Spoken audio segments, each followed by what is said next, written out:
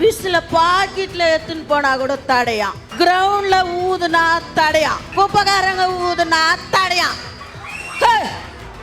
விசில சத்தத்தை உன்னால தடை செய்ய முடியுமா?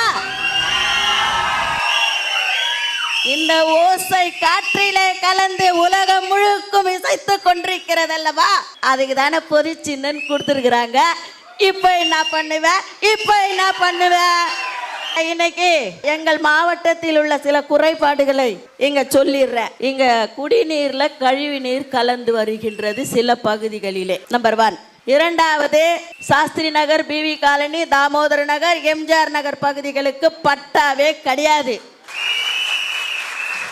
எல்லாம் பாதிச்சவங்க தான், கை தட்டுறவங்க எல்லாம். பட்டாவே கிடையாது. ஏன்னா நான் இதே வியாசர்பாடியில் தான் பிறந்து வளர்ந்து, எனக்கு 62.